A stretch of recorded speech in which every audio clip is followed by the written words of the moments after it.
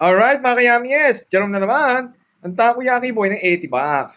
So for today's video, tayo ay nanggaling sa birthday actually kahapon na ating bagong kaibigan na si Don Soriano. So isa sa mga kilalang business content creator.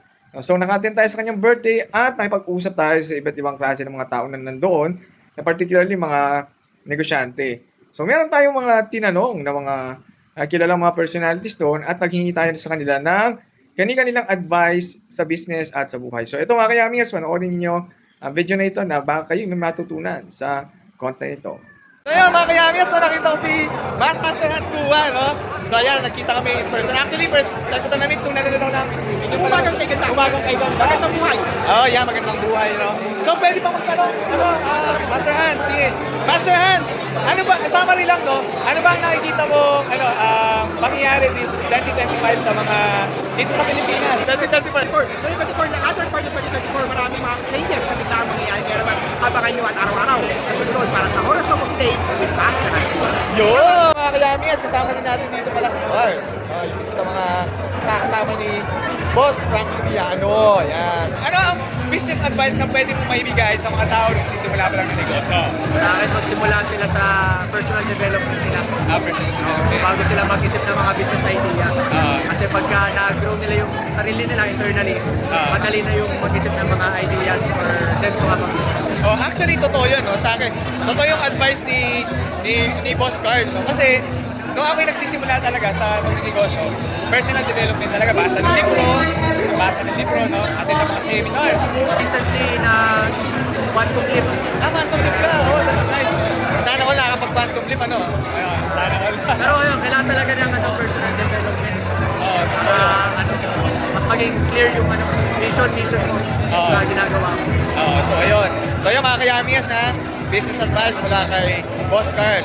Personal development muna bago ka, yung alam mo yun, mag-venture sa pagnenegosyo para mas solido ang iyong foundation sa business. Kasama ko ngayon ang sikat na issue analyzer ng Pilipinas. Ang paborito kong isa sa mga content creators, si Real Talk Trust. Anong may advice mo sa mga taong mga broken-hearted ngayon? Ano lang, focus lang sa how to become a better person. Focus on the growth after the pain. Kasi most of the time, being broken is one of the best things that could happen to you. Kasi it would wake you up for you to become better. So, focus on self-development. Yun lang.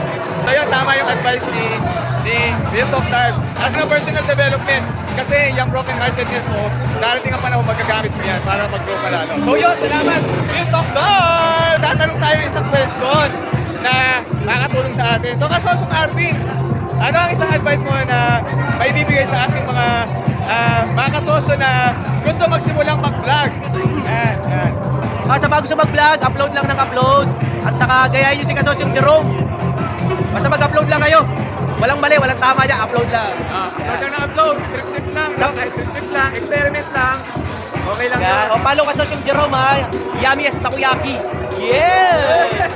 Kabisado ko na ang ating birthday boy, the 35th birthday boy na si Boss Don Soriano. Ayan, no? So, Boss Don, actually, kinakabahan ako lalo, may ganito pa, no? Ayos lang. Ayan, no? So, tatanungin natin ngayon ng kaisa-isang question si Boss Don, no? So, Boss Don, dahil birthday mo ngayon, ano ang best advice mo sa mga taong gusto mag-start ng business? Okay.